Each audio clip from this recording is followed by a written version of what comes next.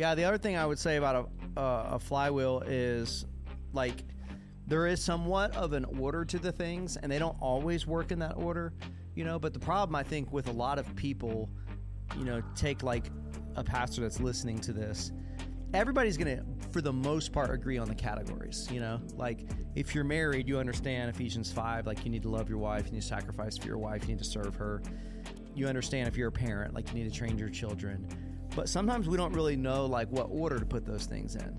And like we there's not a great plan to be like, man, I only got so much energy, I only got so many hours. How do I think about this stuff? And this is where I would say just this idea of flywheel and thinking about health, it's they're biblical concepts, but some of it's just like, man, best practice just for like the way people think. You know what I mean? Yeah. This is Breaking Barriers, where we help pastors and churches grow so that they can go.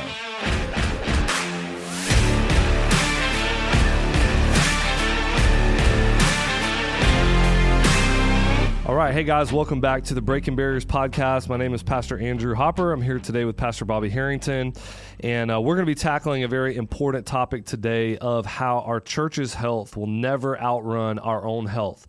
And that health is actually broken up into a couple of different categories. We tend to think about health, I think, in the church in primarily spiritual terms, and it certainly is that. We need to have, healthy souls, and the heart is the wellspring of life, and all that kind of stuff. I get it.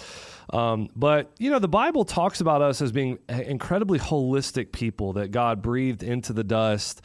And there's just these different parts of our life that are very real buckets that need intentionality in terms of focusing on them if they're going to be healthy. Mm-hmm. One of the things we say a lot is passivity is never the pathway to health.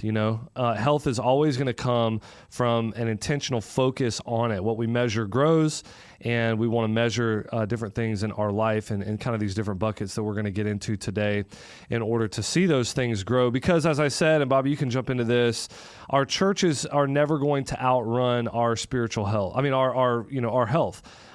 They may do so for a while, just like the example I've used, like a bodybuilder, or somebody working out for sports, they can get on steroids and they can shoot their maxes through the roof for a while, and they can play outside the boundaries for a little while.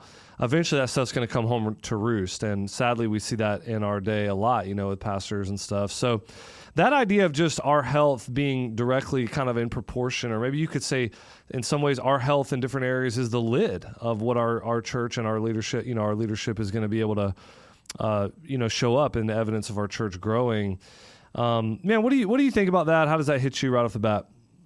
Yeah, so I kind of have two thoughts about just kind of the concept. When you think about, I think a lot of times people have a real simplistic view of this kind of topic that we're talking about, like personal, spiritual, physical, emotional, your family's healthy. A lot of times it's kind of like, man, as long as you rest enough, like you're going to be fine in ministry, mm-hmm. And like you're going to be healthy. And obviously, like there's a lot of stats about, people burning out in ministry, mm-hmm. people struggling, having like an emotional crisis in ministry, maybe somebody's family is kind of blowing up in ministry, something's going bad, right? Somebody's marriage, gets kind of derailed. A lot of times we think, well, and there's a lot of books out there like this, like, man, as long as you're resting enough, then like all that stuff's going to be fine. And obviously, when you're talking about health, I would say rest is like definitely one of the most important components. I mean, right? It's baked into the Bible. It's baked into the first 3 chapters of Genesis. Like you can't work without rest, and you got to work from rest. And like, there's just that pattern that's built into the entire Bible. But what we're going to get into today is it is more than that though, mm-hmm. like it's thinking strategically about, loving God with your heart, mind, soul, your strength. Mm-hmm. You have a wife, you have kids, you have the responsibilities of the church.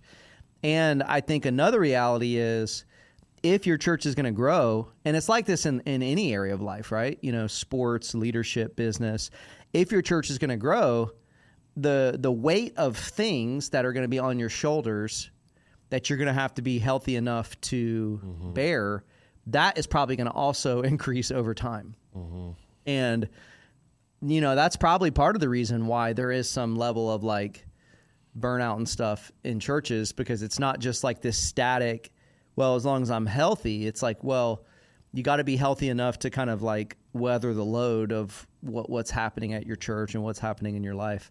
So I think it's an important topic that probably in ministry people don't talk about enough. Yeah, I think that a lot of guys maybe have a big vision for their church, but do they have that same type of vision for their family? And some people it's like, yeah, I do. But then it's like, well, do you have that same type of vision for your own physical health, your own spiritual health? Mm-hmm.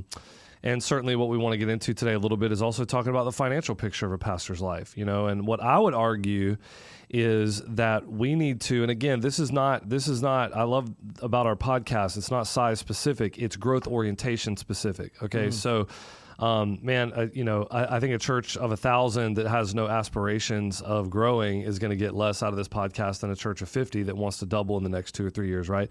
If you want to, grow, in the church world, what we're going to say is, hey, that has got to be accompanied by growth in your personal, spiritual, health, your fitness, right, your financial life.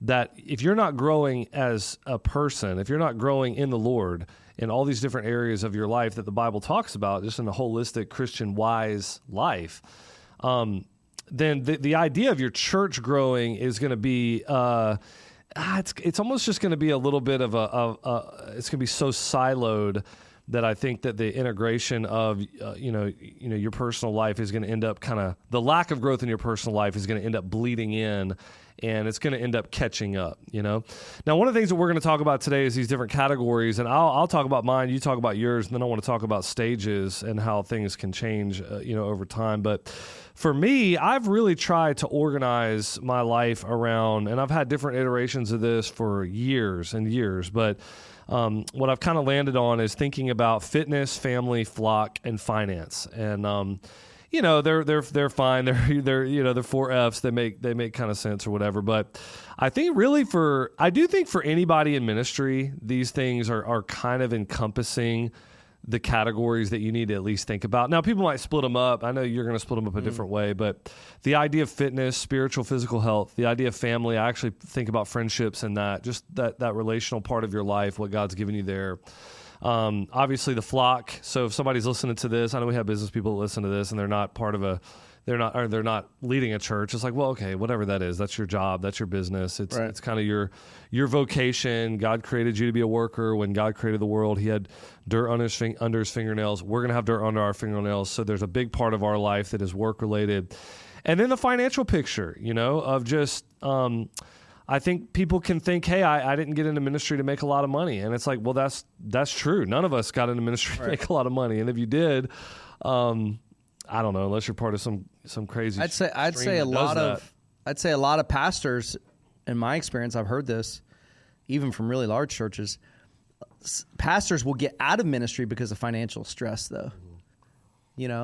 I find that when I'm around a group of pastors, even if it's like larger churches, and I begin talking about like, financial security or stuff like that, like people seem to, for whatever reason, I think a lot of people in ministry don't think super well around. Well, I think, we could just double click on that for a minute. I agree, but I think part of what it is a conflict of interest and conflict of motivation. You're trying to figure out, man, I got into ministry. I didn't do this to make money, but it's almost like we take on a bit of a poverty ethic then of like, I'm supposed to be poor my entire life. Right.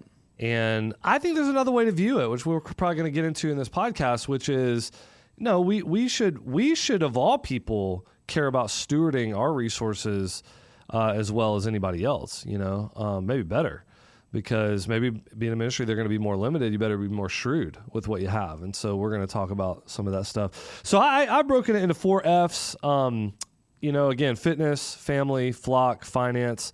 I know you think about it in a different way. I'd love to hear your kind of flywheel here, and we'll get into even flywheel concept here in a minute. Yeah, let's just talk about the kind of flywheel concept. All right, go for it. Thinking about a flywheel, the concept of like applying it to like business or using it as like a thinking concept comes from Jim Collins' book, From Good to Great, like in the early 2000s. And the idea is like, if you think about like a big, super heavy, multi-1,000-pound, like mechanical, like flywheel that the idea is over time, if, you're pushing that thing in a big circle and that thing is spinning, it weighs so much over time. What happens is it'll begin to pick up momentum, or it'll begin to pick up energy, and over time it's easier to spin it again. You know what I mean? Like it requires however many, 1,000 pounds of force to get it started and to begin to spin it. But as it begins to spin, because it's so heavy, it kind of comes with this like momentum the next time around, right? So Jim Collins used this in his book Good to Great to talk about like really good organizations. He wasn't just talking about for-profit businesses, but really good organizations. They build what they're doing around a concept of a flywheel. So they identify the right actions that build momentum, and that's kind of the key, really. Because you have tons of businesses that are really successful and don't ultimately make it, and you have other businesses that are successful for a long period of time. And he said the really great organizations, they've identified what those 4 or 5 key areas of like momentum are, and they have figured out, hey, in our model of what we're trying to do, so we're talking about personal health. Right. In our model of what we're trying to do, here's where this whole thing starts, and here's how each part, so for you said 4 parts. For me, I think about 5 parts, but it's all the same stuff. Here's how each part leads to the next, and here's how I can invest my energy, time, money into the flywheel. Instead of what happens with a lot of people, personally or in an organization, sometimes they don't, using business terms, they don't reinvest the profits back into the flywheel. Right. So like somebody that struggles financially, you could see this real clearly, right? Like they use all of their money and they spend it without investing any of it back into making more money, saving money, compounding money. And so it's like they're always starting from zero. They're always starting from scratch. And when we're thinking about designing our life like a flywheel, we're trying to think about like, okay, how do I over time become, more healthy in terms of like my marriage and my kids and spiritual health and my leadership. Now, obviously there's things that happen in life, right? Like, man, there's tragedy, we get sick. So it's not like we're in like control of all of this, but the Bible's, it's very much a biblical concept too, because the Bible talks about like sowing and reaping. That's the idea, right? Like, man, life is not totally random, right? It's like what we sow most of the time is what we're going to reap. And so if we think about these things the right way, I mean, in many ways, it's what the book of Proverbs is. Hey, pull these levers. Yeah, I mean, the proverb says the one who works the fig tree is the one who eats its fruit. You tend to the tree, you eat the fruit. I think what you're saying is very important, and I think just an example of that would be in our church, we have a flywheel, right, for growth. And one of the things that drives me nuts about where we are just in terms of church society, growth society, is the thing that people many times want to attack about church growth movement is the idea of trying to reinvest the profits into the thing. What I mean by that is, think about it, okay? Right. Gather, group, give, go. That's our flywheel.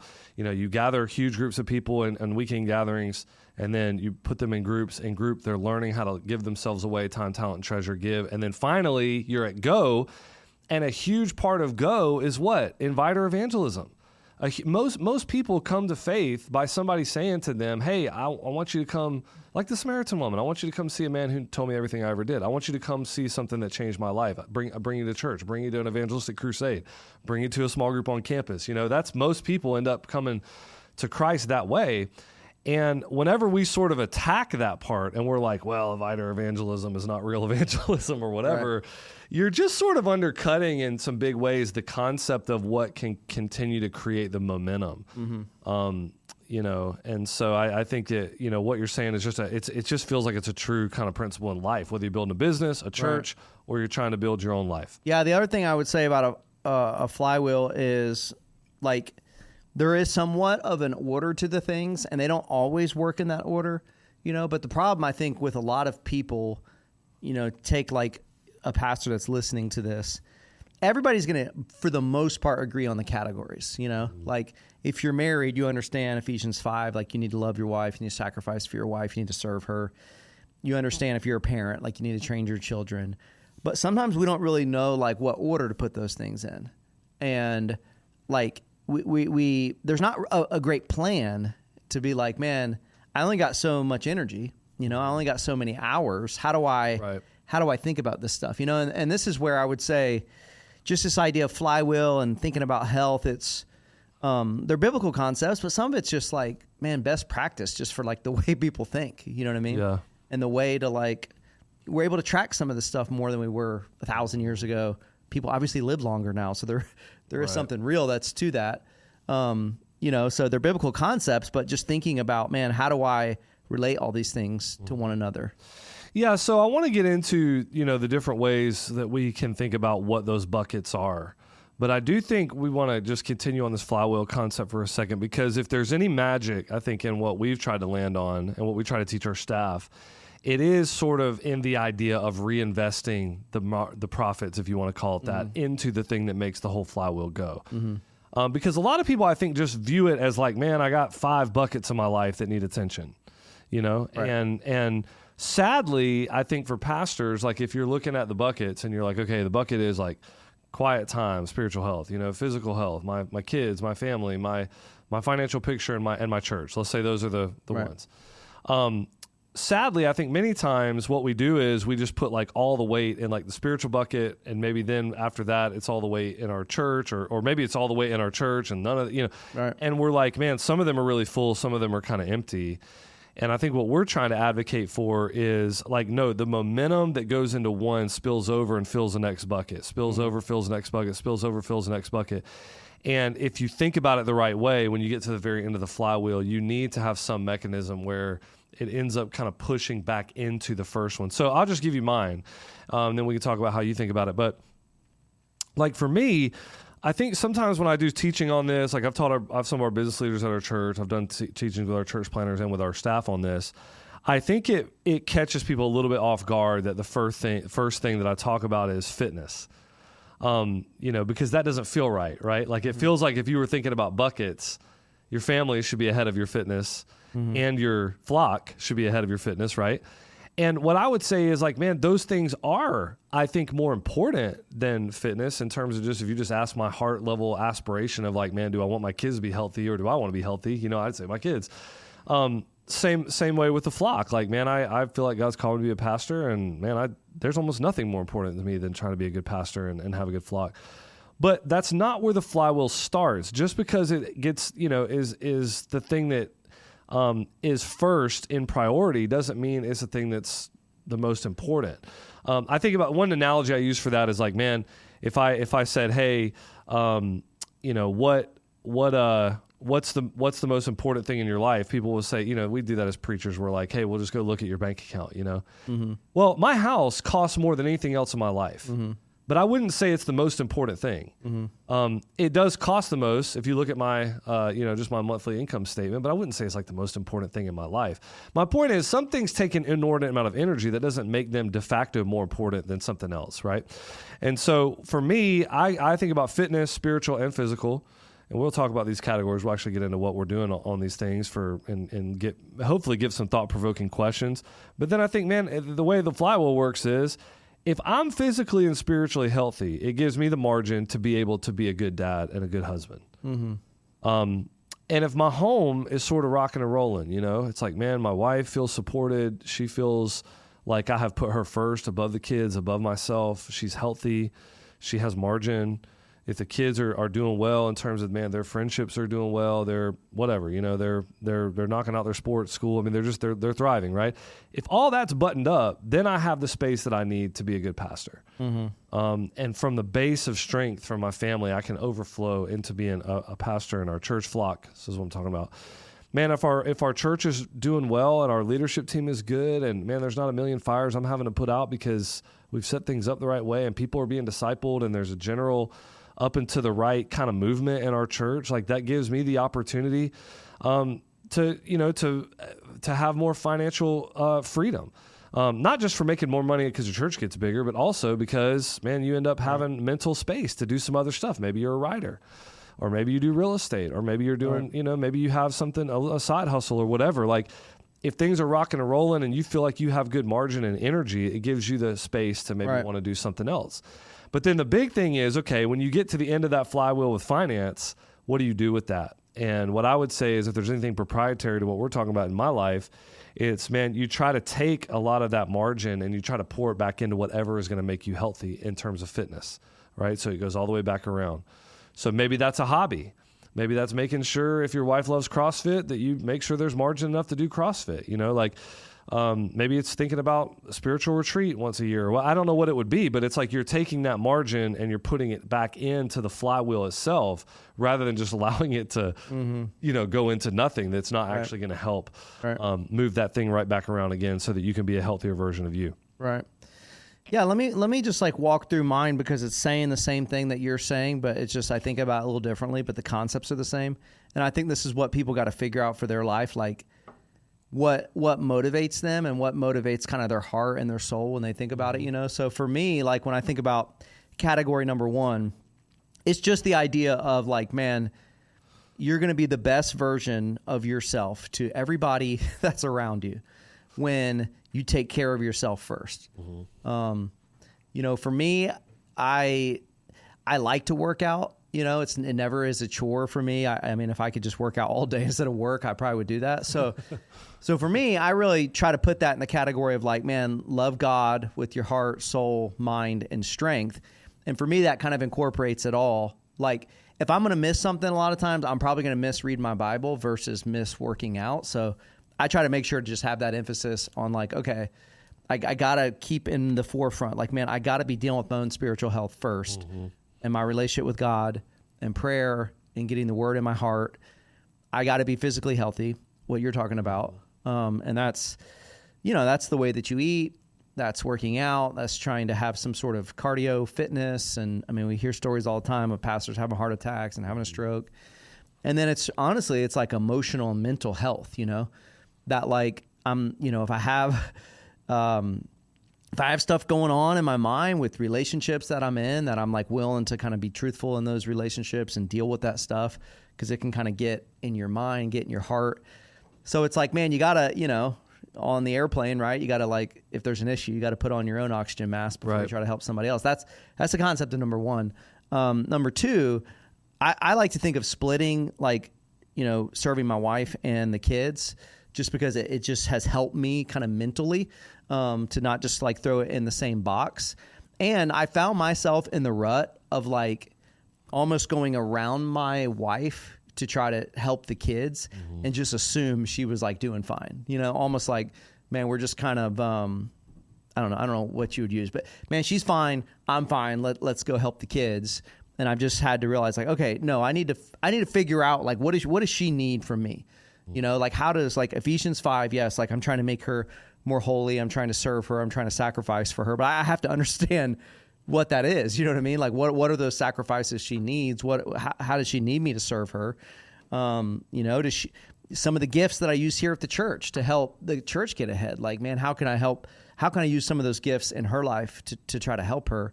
And then, when she's most healthy and our relationship is most healthy, I mean, anybody that has kids, probably most people, a lot of people listening to this have kids. Man, when we're a team and we're more healthy together, man, parenting kids is a team sport sometimes, and it's man, I mean, just for the single parents and stuff out there, man, what a hard, thing to try to do it by yourself. Having somebody next to you, if you got 3 kids or 4 kids or 5 kids, and you guys being aligned and on the same page, it just really truly does flow into. Because man, if there's an issue with spouses, and then you're trying to parent, man, that's not good. Right. Parents aren't on the same page. They don't have the same vision. So for me, the third one is man, from Proverbs, train a child in the way they should go. That's kind of our goal, right? Man, we're trying to teach them everything, right? We're trying to teach them about spirituality. We're trying to teach them how to have manners, the type of life that we want them to live, what's the culture of our family.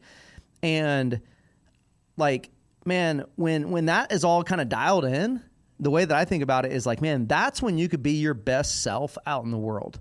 Mm-hmm. Because all pastors have dealt with this, right? You got some fire, you got some dumpster fire at home and you're at church, and anybody that has a normal job has dealt with this, right?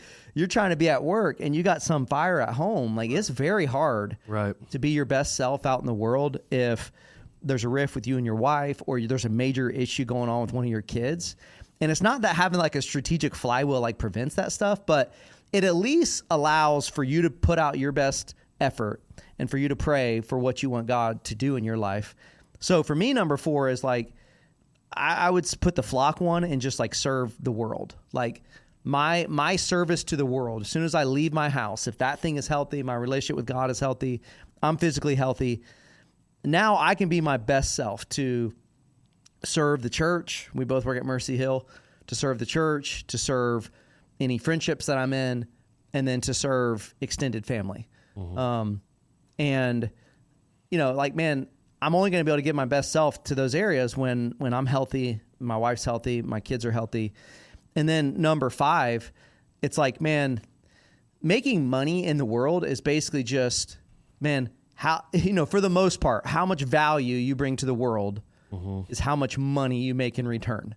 I know it's not that simple, but you think about people in the world that solve the biggest problems, those people most of the time make the most amount of money. So it's like, I like to think of category 5 as rest and invest is the way I like to think about category 5. Then they're kind of the same thing to me. Like the Bible tells us, man, don't spend all your money. Like you need to keep some aside, right? Don't spend all your energy. Fool devours all they have. Right. Yeah. Don't spend all your energy. Like God tells us, man, you work 6 days and you take 1 off. We probably have energy to work 7 days, but God's like, don't do that. You got to keep margin, right? The idea of like rest and invest for me is like, man, you could run 7 days a week, right? You could spend all the money that you have, but we got to have a plan for the future. Like we got to have a financial plan for the future. Like, man, there's new problems next week at work. There's new problems at home next week. So like if I spend every single bit of my energy, right, you know, so for me, that's the, you know, just like, man, what do I keep left over? And then like you said, and this is probably maybe the most proprietary, like, man, when you're just thinking about it, this is maybe unique to this conversation. Like start making a list. Okay, Andrew, like if I give you $10,000 just randomly, here you go. Hey man, here's $10,000. What would be all the ideas that you'd have? Like, how could you invest that in your spiritual health? How could you invest it in your physical health? How could you invest it in your kids? How can you invest it in your wife? And money's not the only like resource we're reinvesting, right? Because we're reinvesting energy, we're reinvesting time. But it's good to just, because a lot of people are like, I don't even know, I wouldn't even know. Yeah. Like, you know, where to invest any of that stuff. Right. Yeah, and potentially where they would invest it would not move the needle in their actual life flywheel. It could just like fly away into nothing. Right. Like it made no impact, you know. Right. And you know, 2 years from now, you never would have even known it was there. Right. So that's what we're trying to guard against. Okay, man, that's great. Now, one thing I think is good for us to say is like, we're not advocating that people do it the same way we're doing it. But I'm advocating for like, man, if you're pastoring, leading a church that you want to see grow, you better not have the vision for that church be bigger than the vision you have for these different areas of your life. You know, because man, I have never in my life one time met a guy who was like, man, casting this big vision for his church, and it was actually growing and getting it. You know, that when you started talking to them, whether they did what I'm talking about or they were just an alien and did it intuitively, they also had big vision for other areas of their life. And some kind of way, the church, you know, if they were healthy. Now, like I said, guys shoot steroids all the time, and they end up with like, you could end up with a big church where when you get behind it, something breaks. The marriage broke, their health broke. I'm not talking about those guys. What I'm saying is, man, guys who have growth, longevity, man, it happens over a long time. A lot of times they had a big vision for these other areas of their life. They thought about their money. They thought about their kids. They thought about what they want to do with their health, you know, generally speaking. So, man, for us, we just want to dive into these areas and just try to foment that vision that guys listening to this, whether you're in a church of 50, 500,000, you know, whether you're just starting out, church planner, whatever, like what vision do you have for these different areas of your life? I'm going to just use my categories just because they're right in front of me, and you just kind of chime in with all your stuff too. But as I'm doing that, go ahead. I would say, this is a good, like, you know, probably part 1, part 2 of this podcast. Like a good analogy, I think, for people that are still trying to wrap their heads around this for exactly what you're saying. We hear this a lot in ministry. So anybody that's in ministry that's listening to this, sometimes we'll say, man, you know, that ministry kind of outpaced that person's character. Right. And what we mean by that is like, man, the growth of that ministry outpaced like where their personal kind of character was at, right? So that's one area of life. What we're talking about is like the potential that the ministry would outpace all these different areas of your life, you know? And so you need a vision for, man, yeah, as your church grows, like, man, the strength of your marriage needs to grow, and the strength of your family unit and your personal health. Right. And it's not just, man, how healthy you are spiritually, but it's like, no, like, what's your body fat percentage? You know, like, what are you eating? Are you exercising? And for some reason, a lot of times with pastors, it's like that stuff can just be like totally neglected. Right. You know, the Bible speaks to it, and the Bible's like, man, it's not the very most important thing, but it's very important. Yeah. You know, we are whole people. And I think it's true too, that we need to say, you know, none of us can control what the outcome of all this stuff is. Right. I mean, you know, like you mentioned, a guy has a heart attack or whatever. And it's like, well, I've known guys that run 10 miles a week and work out and they had a heart attack. It's like, man, they had a genetically predisposed, or they're guys who do every single thing that that we all want to do with our kids, man. They were involved in the church. They took them to mission trips. They read the Bible with them in the morning. The kids reject Christ, you know, and it's like heartbreaking, but it's like, it's not exactly causing, you know, you can't exactly like link up cause and effect with some of this stuff. But what we do get a chance to do, if you move it away from just the effect and what's going to happen down the road, and you actually move it more in the camp of what honors God. Right. You know, if you just say, hey, I'm going to do all things to his glory, best that I can, then I think it actually becomes pretty clear some of the things that we need to be doing in these different areas of our life.